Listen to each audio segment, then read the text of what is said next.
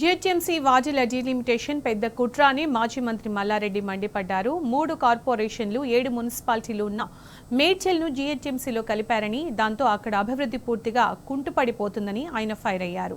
ఎటువంటి అభివృద్ధికి నోచుకొని మున్సిపాలిటీలను ఎవరి రాజకీయ ప్రయోజనాల కోసం జీహెచ్ఎంసీలో విలీనం చేస్తున్నారని, కౌన్సిల్ సమావేశంలో దీని గురించి ఖచ్చితంగా ప్రశ్నిస్తానంటున్న మల్లారెడ్డితో మా ప్రతినిధి కిరణ్ ఫేస్ టు ఫేస్.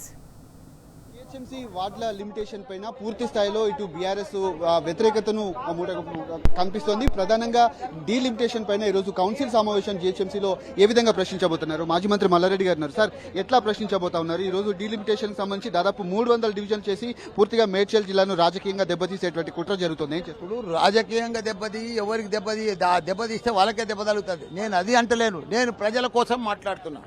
ఇవాళ 300 చేసినావు, నన్ను 400 చేసుకో, 500 చేసుకో, మాకు అభ్యంతరం లేదు. కానీ మేము చెప్పేది ఏంటంటే జూబ్లీహిల్స్ని తీసుకుపోయి జూబ్లీహిల్స్ లెవెల్లో మా జవహర్ నగర్ను, కీసరను, గట్కేసర్ను పోయి కలుపుతున్నావు జీహెచ్ఎంసీలో. అంతకుముందు మా కేసీఆర్ గారు 10 మున్సిపాలిటీలు పర్ఫెక్ట్గా 61 గ్రామ పంచాయతీలు ఉండేది. దాన్ని తీసుకుపోయి 16 చేసినావు, చెయ్యి, తప్పు లేదు. కానీ ఆడ మోరీలు లేవు, డ్రైనేజ్ లేదు, ఏమి లేదు, పెంకటీలు ఉన్నాయి, వ్యవసాయదారులు ఉన్నారంతా. దాన్ని జీహెచ్ఎంసీలో ఎట్లా కలుపుతావు? నేను ఒకటే చెప్తున్నా, నువ్వు ఇక్కడనేమో బంగారం గుట్ట ఫైనాన్షియల్ సిటీలో 177 కోట్లు పోతుంది ఎకరా. ఆడ చెత్త గుట్ట జవహర్ నగర్లో పొల్యూషన్ తోటి ప్రజలు చచ్చిపోతున్నారు. నీళ్ళల్లో పొల్యూషన్, గాలిలో పొల్యూషన్, భూమిలో పొల్యూషన్. ఏమి లేదు. ఒక్క మేయర్ అన్నా, ఒక్క కమిషనర్ అన్నా, ఒక్కరన్నా 150 డివిజన్లలో చెత్త తీసుకుపోయి ఆడేస్తున్నారు.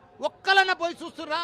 ప్రజలకు ఏమవుతుందని చేస్తుర్రా? మీ జిహెచ్ఎంసీ చెత్తనే కదా, 150 డివిజన్ల చెత్తనే కదా, మరి చూస్తలేదు. దాన్ని ఇప్పుడు జీహెచ్ఎంసీలో కలిపి గత 10 ఏళ్లలో మేడ్చల్ జిల్లాను పూర్తి స్థాయిలో కార్పొరేషన్లు, మున్సిపాలిటీలు ఏర్పాటు చేసి అభివృద్ధికి నోచుకున్నటువంటి పరిస్థితి. 2 సంవత్సరాల నుంచి కనీసం జిల్లాలను కావచ్చు, ఇటు హైదరాబాద్ ను పూర్తిగా వదిలేసింది. ఈ లిమిటేషన్ ద్వారా ఏం సంకేతం ఇవ్వబోతున్నారు? 2 ఏళ్ల సంధి వాళ్ళ ప్రభుత్వం ఉందా లేదా పట్టించుకుంటలేరా? మా మేడ్చల్లో మా ఇన్ని మున్సిపాలిటీలు ఉన్నా, ఇన్నున్నా అన్ని బంద్ చేసారు.